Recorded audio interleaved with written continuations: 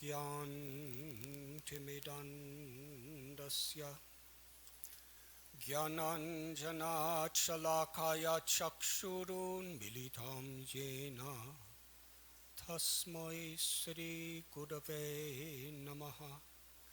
नमः ॐ विष्णुपदाय कृष्णप्रेष्ठाय भूतले श्रीमते भक्तिवेदान्त स्वामी नित्यनामिने। नमस्ते सरस्वती देवे गौरवाणी प्रचारिणे निर्विशेष शून्यवादी भस्त्यादे सधारिणे। हे कृष्णा करुणा सिंधु दीनबन्धो जगत्पते गोपेशा गोपिका कान्त राधा कान्त नमोस्तुते। तप्त कंचन गौरांगी राधे वृंदावनेश्वरी वृषभानुसुते देवी प्रणमामि हरिप्रिये। वंशकल्पतरुभ्यश्च कृपा सिन्धुभ्य एव च पतितानां पावनेभ्यो वैष्णवेभ्यो नमो नमः। श्री कृष्ण चैतन्य प्रभु नित्यानंद श्री अद्वैत गदाधर श्रीवासदि गौर भक्तवृंद। हरे Krishna Krishna Krishna Hare Hare Hare Ram Ram Ram Hare Hare.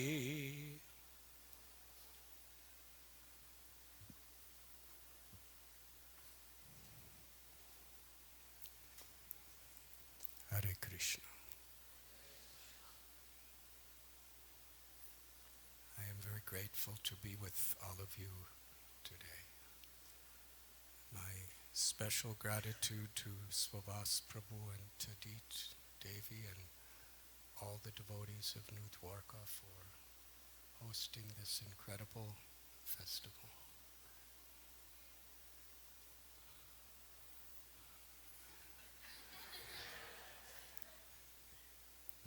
Maybe Krishna is protecting you.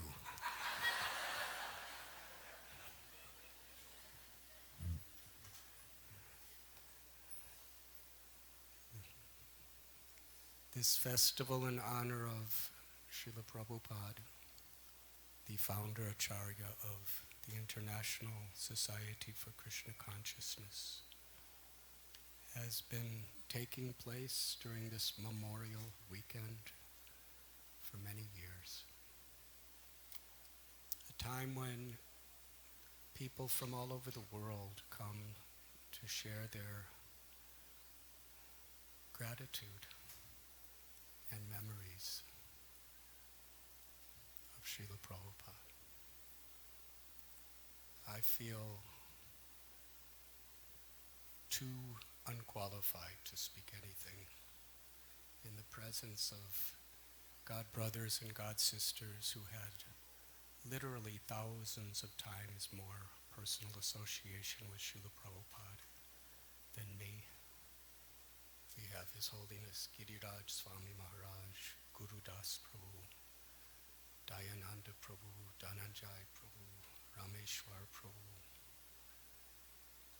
and so many others.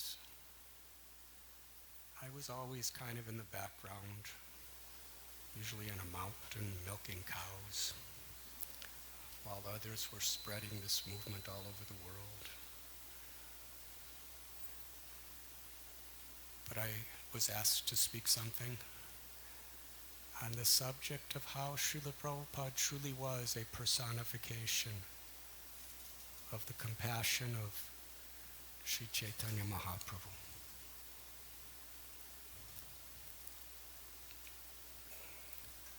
Namo Mahabharanyaya Krishna Prem Pradayate Krishnaya Krishna Chaitanya Namane Godatveshe Namaha. Sri Krishna Chaitanya Mahaprabhu is declared in the scriptures to be the most merciful, most magnanimous of all of the various avatars or incarnations of the Supreme Truth, Sri Krishna. And Rupa Goswami tells why. Because he has brought something so deep and yet so high. The very essence of the perfection of dharma, of spirituality, the revelation of the awakening of ecstatic love for God, for Krishna, in the mood of the Brijvasis, the residents of Vrindavan. And of all the residents of Vrindavan, the fullest, richest ecstasy of love of God, the most selfless and pure, is that of the gopis. Of the gopis, Sri Radha is the very embodiment of all prema, of all ecstatic love of Godhead. All prema bhakti has its origin and fullness in Sri Radha, the Hladini Shakti. Radha Krishna Pranaya Vikritir Hladini Shakti Rasman. The absolute truth is one. There is one God, Janmadhyasya Agyataha, who's the source of everything that exists. Aham sarvasya prabhavo mata sarvam pravartite. All material and spiritual worlds are emanating from that one Supreme Being, who comes in many incarnations at many times in many places. But that one Supreme Being is eternally two, Krishna and Sri Radha, the Hladini Shakti. Srila Prabhupada explains Krishna is the supreme object of love, and Sri Radha is the supreme reservoir or abode of love. Krishna himself knows everything. In Bhagavad Gita, Krishna tells Vedaham samatitani bharatamanini charjana bhavashyani chabhutani mamta vedana kashjana. I know everything, past, present, and future. I know every living being intimately, every thought, every word, every action of everyone. That means the soul in every insect and every bird and every bacteria, what to speak of people, and never forgets. Ishvara sarva bhutanam hridesharjuna tishtati. That Supreme Being is within the heart of everyone. If you were ever a little mosquito long ago, Krishna in your heart today remembers every buzz and everything you ever did or thought. That's Krishna. He knows everything. He knows everyone. Forever. But there's one thing he declares himself he does not understand. The nature of Sri Radha's love. And what it is about himself that gives her such happiness in tasting his love. So those two supreme beings, the lover and beloved, the Ashray and Vishai Vigraha, appear in one as Lord Chaitanya. Radha Bhavaduti Subalitam Naumi Krishna Swarupam. Sri Chaitanya Mahaprabhu is Krishna with the heart of the love of Sri Radha. And it is that love that Lord Chaitanya is giving. Unique, special, profound philosophical understanding of the absolute truth in the highest essence is what Lord Chaitanya has come to give. In the Parampara or disciplic line of Sri Chaitanya Mahaprabhu, Srila Prabhupada came to give that love. Lord Chaitanya described himself in Sri Chaitanya Charitamrita as a gardener. He explains that bhakti, or the path of pure devotional service, is like a tree. And the fruits of those trees is prema, ecstatic love for Godhead. Lord Chaitanya said, in this garden that I have, there are limitless fruits. How many can I myself, Lord Chaitanya, say, how many can I pick and distribute? Anyone who tastes even one of these fruits at one time will be satisfied for the rest of eternity.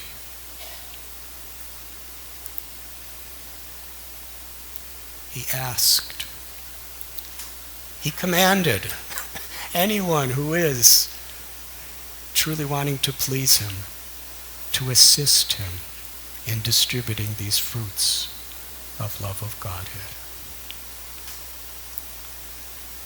Panchatattvatmakam Krishnam Bhakta Rupa Swarupakam Bhaktavataram Bhaktakyam Namami Bhakta Shaktikam. Lord Chaitanya came, the one supreme truth, in 5 forms as the Panchatattva, along with his associates.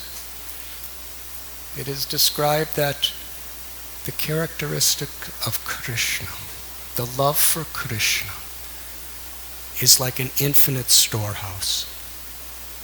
When Krishna personally appeared in this world about 5,000 years ago, he revealed his beautiful pastimes with Sri Radha and their associates. But that storehouse remained sealed to the people in general.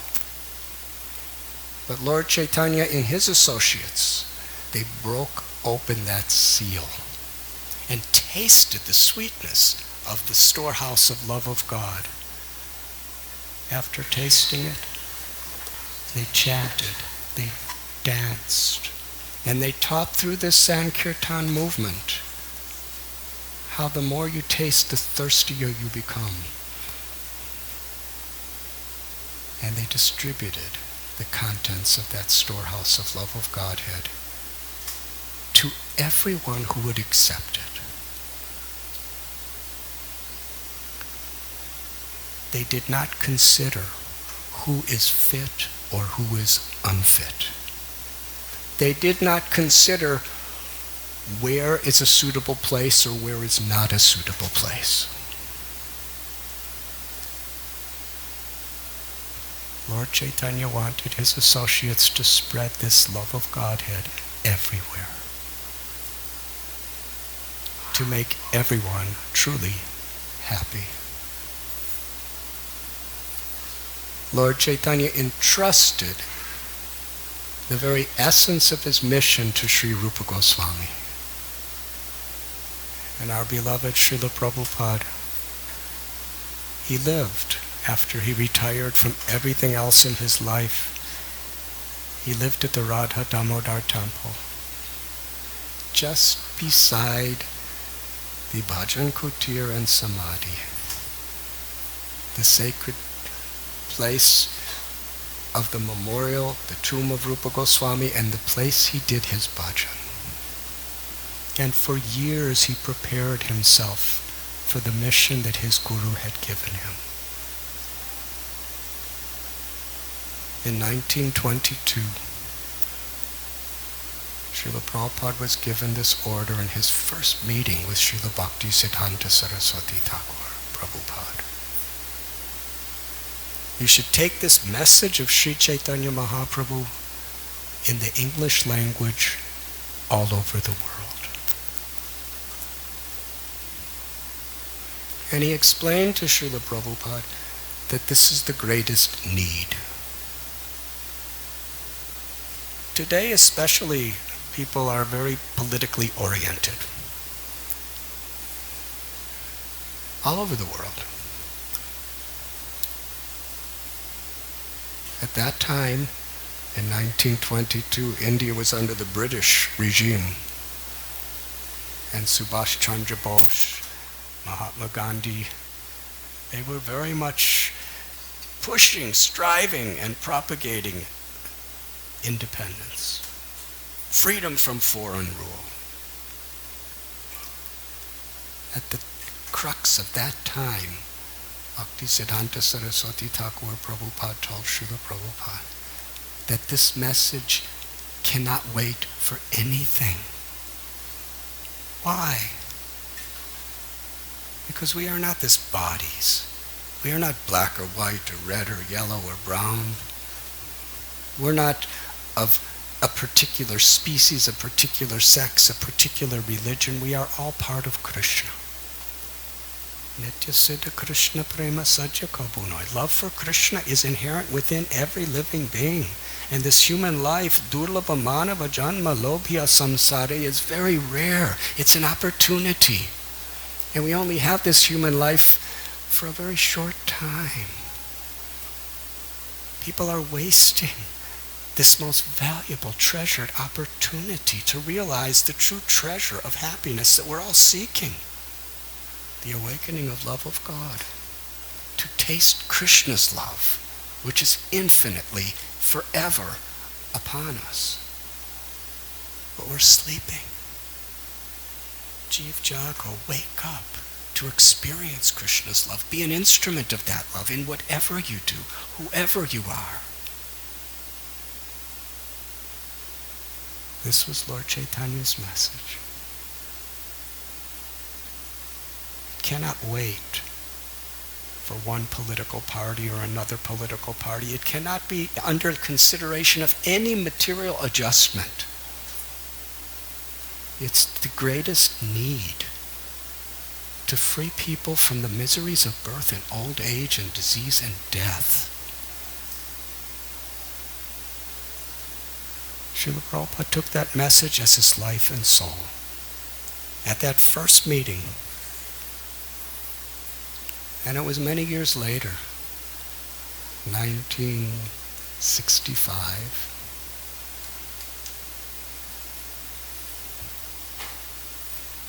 that Srila Prabhupada left Vrindavan to bring this message. He was 69 years old, to the whole world. Last year was the 51st anniversary of when Srila Prabhupada, actually it was 2 years ago, when he boarded the Jaladuta.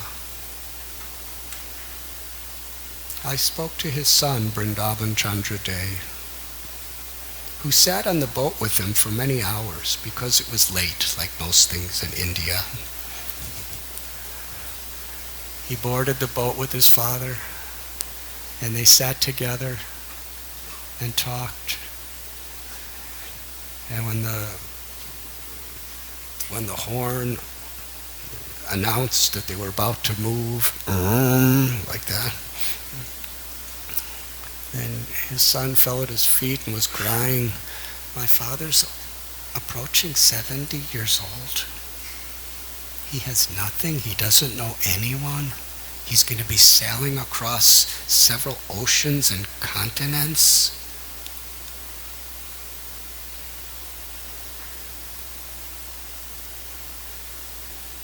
He didn't think he would ever see his father again. I asked him, what were you thinking? He said, I was proud of my father.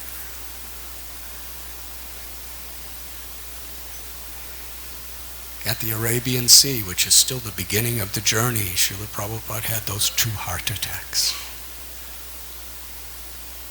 And in his diary, he writes,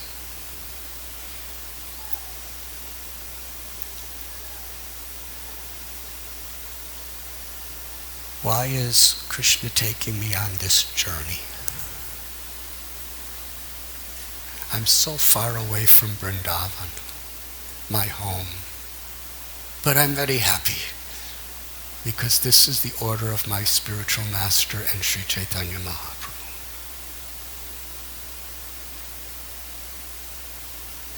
He sailed across the Arabian Sea, through Asia, the Middle East, across Europe on a boat, across the Atlantic,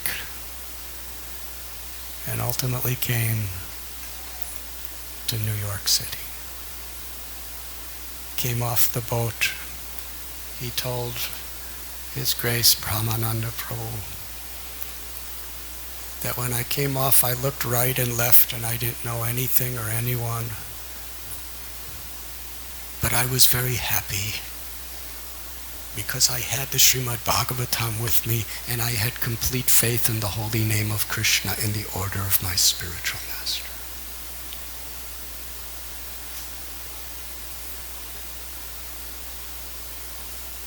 Of all places to start an international movement, he went to Butler, Pennsylvania, because that's where his host was. Now, most people would be discouraged just by that.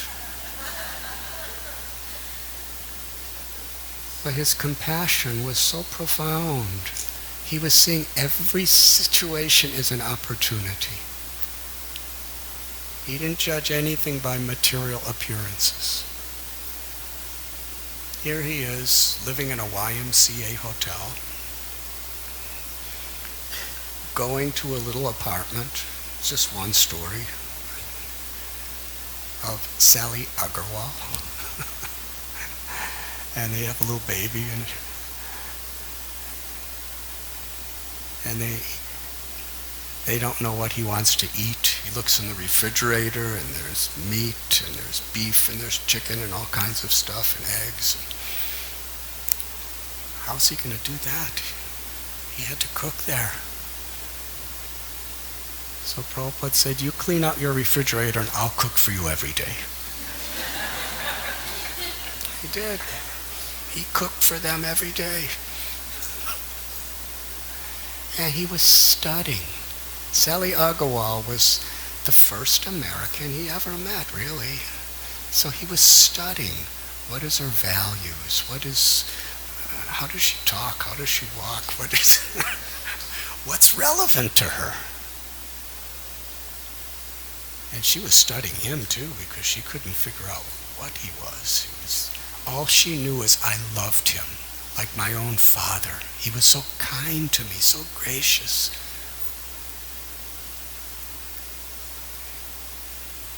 I met her once.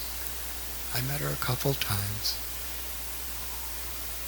She explained, when Swamiji came to Butler, Pennsylvania, she said, I was so afraid of what all the neighbors would think.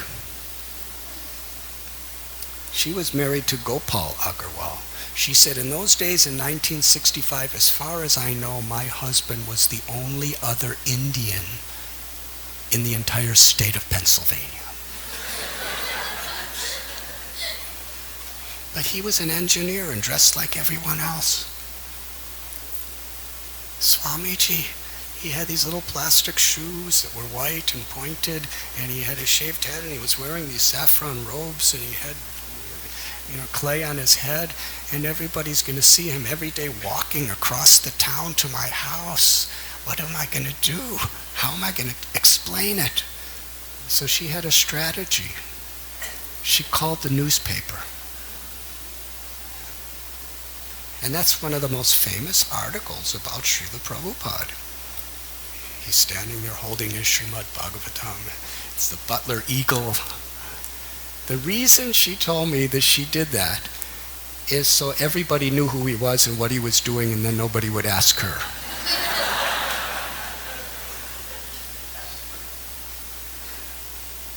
And sure enough, one Professor Larson at Slippery Rock State College happened to see that newspaper article and invited Prabhupada to come and speak at his college. He's such an acharya representing such a great line of disciplic succession of Sri Chaitanya Mahaprabhu Krishna, Srimad Bhagavatam. And his first public program is at Slippery Rock State College. Really, I never heard of it until I met Prabhupada. and he was sitting with Dr. Larson. Dr. Larson, I went there some years later, and I spoke to him for many hours. We sat, told him, tell me everything about Prabhupada that you remember. He said, I called Sally Agarwal, and I said, can he come? And it was arranged that he would drive up to Butler, and Prabhupada was standing at a street corner waiting for him, holding an umbrella. And Prabhupada was sitting on a little bench after he spoke in classes. And he was asking Dr. Larson, what kind of tree is this? What kind of flowers? What kind of fruits? For a long time, every tree that was seen, Prabhupada was asking Dr. Larson to tell him about the trees. And then Srila Prabhupada started telling him about the trees in Vrindavan. And then he started telling him about Vrindavan. And Dr. Larson was, because Prabhupada listened to me, I have to listen to him. He said he was such a humble, soft-spoken gentleman. And I said, do you know what he's done since then? He said, I heard some things. I was interviewed for this biography, but I don't really know. And I tried to explain, hundreds of millions of books being distributed that he wrote by his own followers, hundreds of temples developing, communities all over the world. He said, I can't believe it. I just thought he was a very gentle scholar. He was so humble. He said he was content just to sit on the bench and pray on his beads. He said he must not have done any of these things. Other people must have done it for him. I said, actually, the whole movement was trying to run as fast as they could to keep up with him.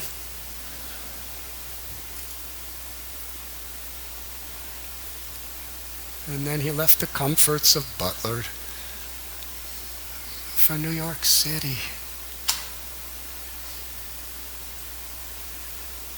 We just saw in the class this morning, Srila Prabhupada said that I was alone, I had no means, no friend. I was wandering like a vagabond.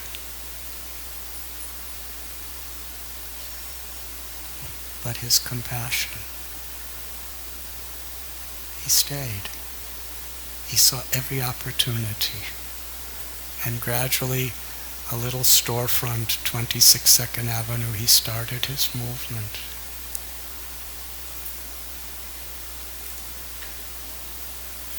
Sat under a little tree in Tompkins Square Park, singing.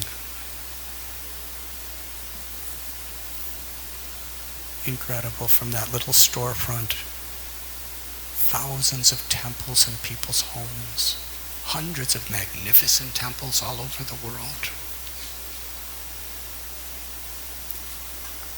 His prasad distribution, he'd have, at a certain time, he only had an apple. And however many people were in the audience, he sliced it that many pieces. And from that, tens and millions, hundreds of millions of plates of prasad being distributed. He came with a box of Srimad Bhagavatams. I remember Hayagriva Prabhu. His name was Howard Wheeler then. He met Prabhupada on a road. And Srila Prabhupada asked him, what do you do? And he said, I'm a teacher of English. He said, could you help me to edit some of my manuscripts? And he said, sure. He thought it would just be a couple pages. Prabhupada opened a trunk, and there was a stack of pages tied together with ropes. And he said, you can start with this.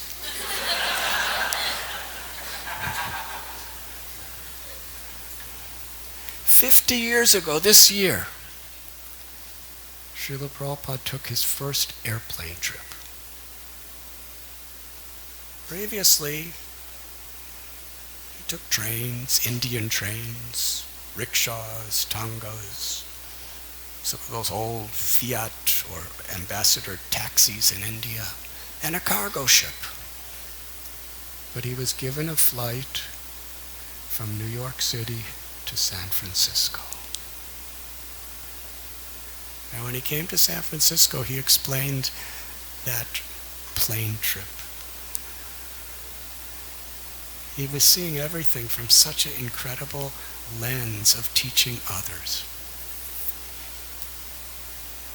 He said as he was going up in the plane, the giant, biggest skyscrapers in the world at that time, in Manhattan Island, Empire State Building, he said as the plane was getting higher, the buildings were becoming smaller and smaller and smaller, and the people were becoming tiny, and soon you couldn't see anything.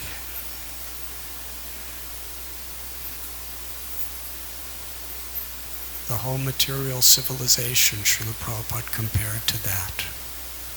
All our desires, all of our cravings, all of our frustrations, all of our anxieties, as we become higher and higher spiritually in Krishna consciousness, they all become insignificant. But when we're on the ground, they all seem so insurmountable.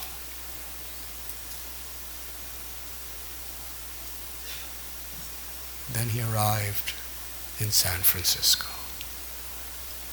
What an incredible adventure that was. The heart of the counterculture.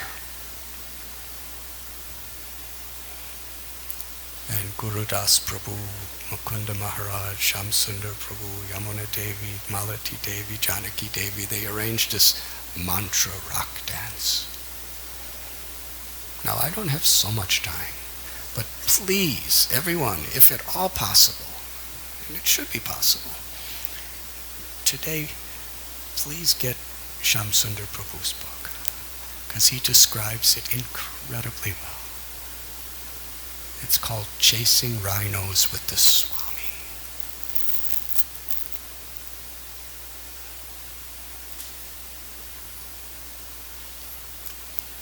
There Srila Prabhupada was from his beautiful kutir at the site of the Rasa dance in Vrindavan, beside Rupa Goswami's personal bhajan kutir. He's in the Avalon Ballroom. 50 years ago from this year. Strobe lights beaming and light shows with all kinds of psychedelic effects. The most popular rock and roll bands of the West Coast blaring their music. And almost everybody was intoxicated on LSD or some hallucinogenic drug. And they're dancing. And Prabhupada comes in. Marijuana smoke everywhere. Allen Ginsberg came. And Prabhupada chanted.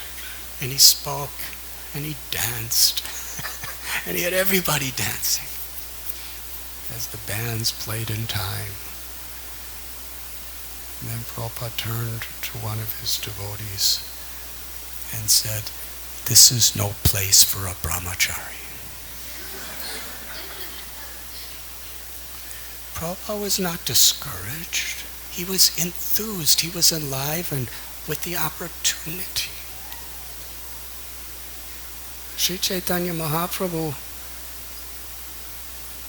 he broke all the barriers to who was fit or unfit for Krishna consciousness.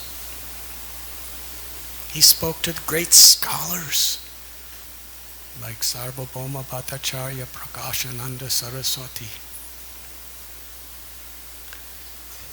He delivered pure devotional service to Jagai and Madhai. They were robbers, drunkards. They used to slaughter animals with their own knives in their hands and eat them. Murderers of countless people, rapists, burning people's houses down. He made them pure, humble devotees of the Lord, just by giving them the holy name and giving them the teachings of pure devotional service. Even the animals of Jarikanda, the tigers, the elephants, the mosquitoes, the snakes, the trees, the creepers, he gave love of God. Shivananda saying, a stray street dog became dear to him. Lord Chaitanya gave the highest liberation to that dog. The pictures here of Jarikanda. Why? Because that dog was dear to Srivasa devotee. So the last few days I've been hearing so many beautiful accounts of Srila Prabhupada's mercy from these devotees who are as many assembled here. From the very beginning, they sacrifice so much. Why? Because they saw how Srila Prabhupada was sacrificing for them. Because Prabhupada believed so much in what was relatively impossible. They believed in what was impossible. Because Prabhupada saw such divinity, such good, such pure spiritual love in their hearts, they believed it was there.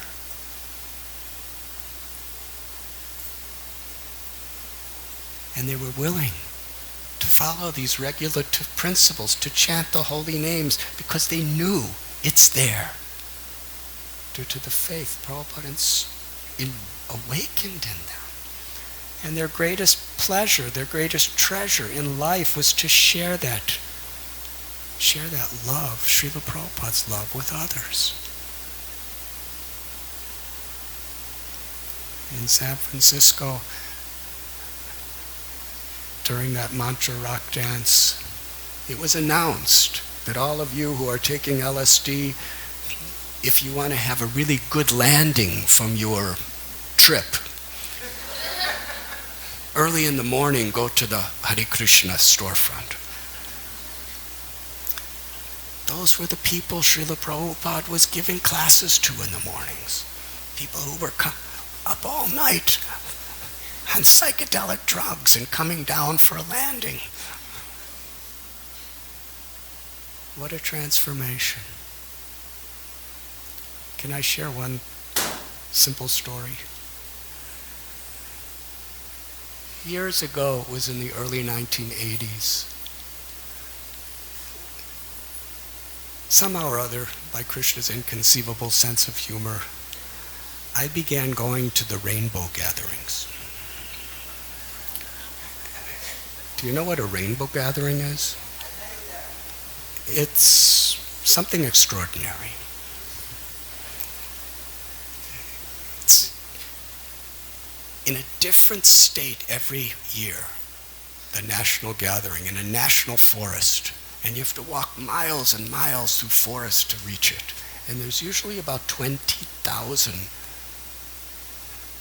seekers. It began with some really ideological hippies. So I was there, first time I ever went, and I was chanting, sitting all alone actually. I was just sitting in this little clearing in the forest, and I had some karatals. I was chanting Hare Krishna. And a couple people would walk by and just say, "Welcome home, brother."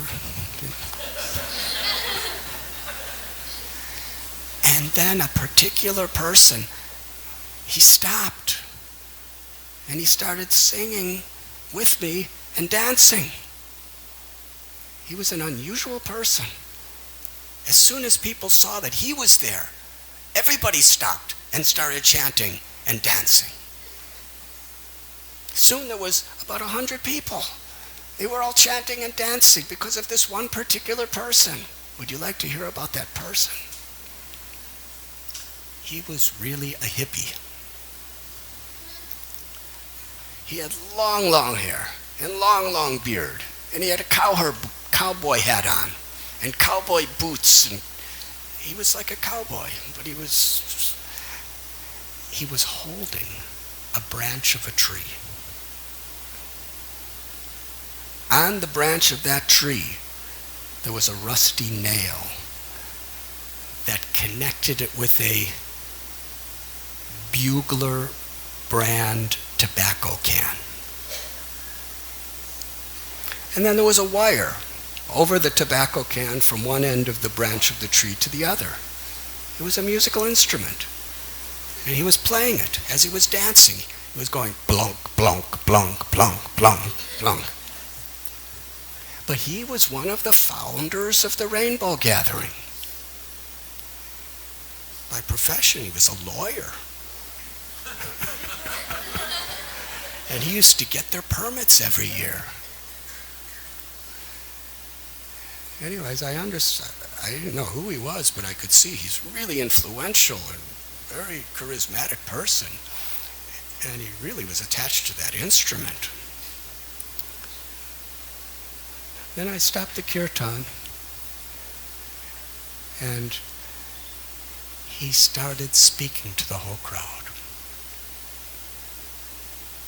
He said in 1967, the summer of love, he lived in Haight-Ashbury, San Francisco. And every day he would go to Hippie Hill in the Golden Gate Park. And one day there was a Swamiji, Prabhupada, and he was playing a bongo drum and singing. And there were hippies dancing.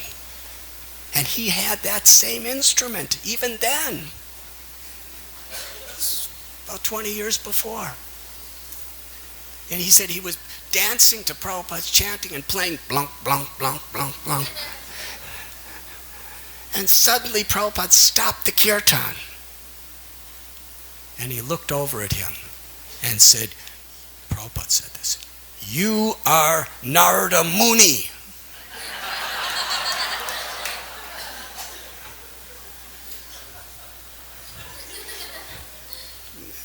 The person didn't know what that meant. Prabhupada said, "Do you know who is Nara Moni?" And he said, "No." And Prabhupada told the story of when Nara Moni was going through a forest. And this person is telling the story almost exactly correct. Prabhupada tells it many times in different tapes. He explains it in Chaitanya Charitamrita. It's the story that Sri Chaitanya Mahaprabhu spoke to Sanatana Goswami as evidence of the power of associating with a great devotee. Narada Muni saw these animals, rabbits, porcupines, foxes, and they had these arrows pierced in their bodies, meticulously aimed so it wouldn't kill them. It would just cause them unbearable agony. Narada Muni felt pity on them. Vidyavanaya sampani brahmani kabihastini suni chaiva swapaki cha pandita samadarshan. The true symptom of an enlightened person is to see the spiritual potential in everyone, to see everyone as a child of our Supreme Beloved Krishna. So Narada Muni, by his transcendental powers, he took the arrows out of these animals and made them all right. The animals were happy, but the hunter who shot them was outraged. He was standing behind a tree growling. Now this Narada Muni, the hippie Narada Muni, was telling the story to everybody. Prabhupada told it to him on Hippie Hill. He never forgot it. Magrari said to Narada Muni, why are you doing this? Don't you know that you are undoing my life's work? And Narada Muni said, why are you doing this? Why are you so cruel? Magrari said, my pleasure in life is to see others suffering due to my power. That's the ego.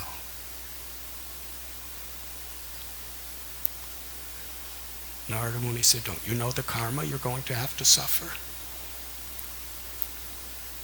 He told him he should break his bow. And he told him that don't do this again, and if you chant the holy names of Krishna, you will not only be delivered from all your past karma, but you will attain the true joy of the soul, love for Krishna. Magrari broke his bow because he had so much faith in the compassion of Narada Muni. And later on, Srila Prabhupada explained to this other Narada Muni, the original Narada Muni came with Parvat Muni back to visit his disciple, and the disciple Magrari, he happened to see little ants on the road, and he stopped very respectfully to let the ants pass because he didn't want to cause them any inconvenience. And Parvat Muni said about Narada Muni, this is the glory of such a great soul. The most cruel murderer and hunter now will not even cause the slightest inconvenience to an ant. Amanina manadena. So he's telling this whole story. He said, this is what the Swami taught me, Prabhupada. And ever since that, I've never given up this instrument because Swami liked it. And ever since that, my name is Narada Muni, and everyone knows me as Narada Muni. And wherever I go, I tell people this story about the real Narada Muni.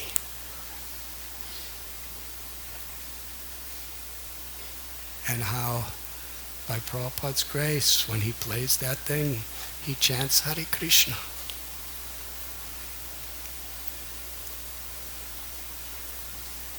Srila Prabhupada, so merciful. Like Lord Chaitanya, he wasn't just giving kindness and compassion. He was giving the love of Sri Radharani, Sri Chaitanya Mahaprabhu's love, to everyone and anyone according to their willingness to accept it, by following these simple teachings.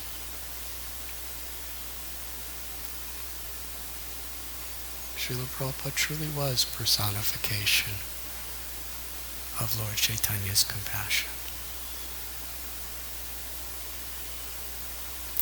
Srila Prabhupada traveled around the world about 12 times, inspired devotees to do the impossible, to publish his books, to distribute his books, temples, communities.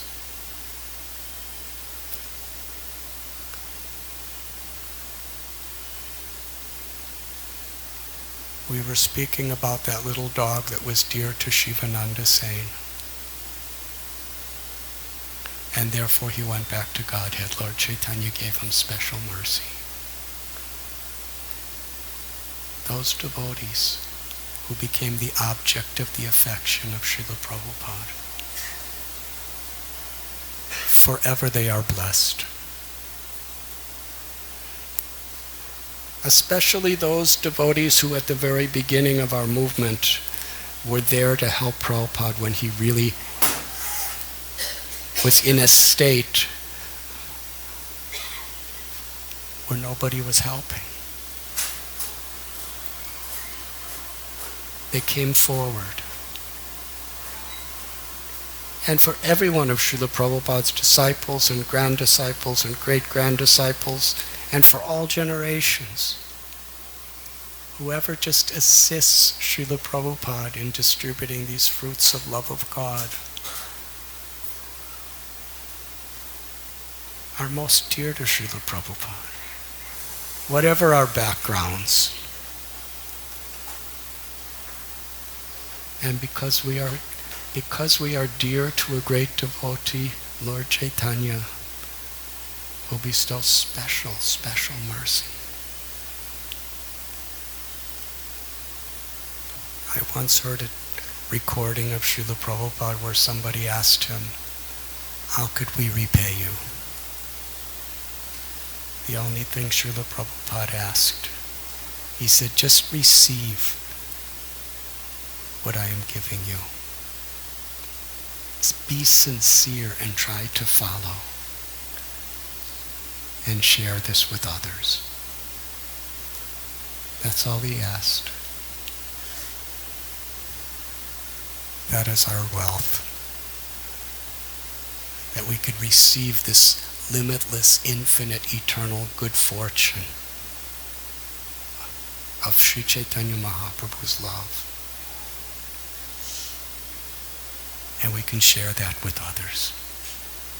If we just try, if we're sincere.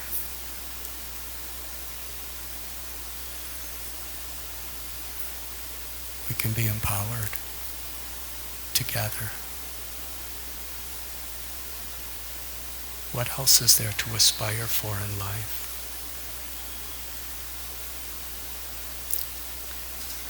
Thank you very much.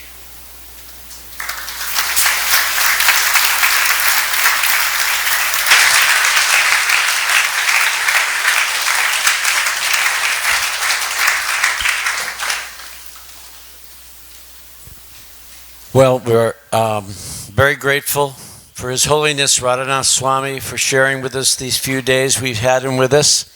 I'd like to show appreciation for him. His Grace, His Holiness Radhanath Swami Ki.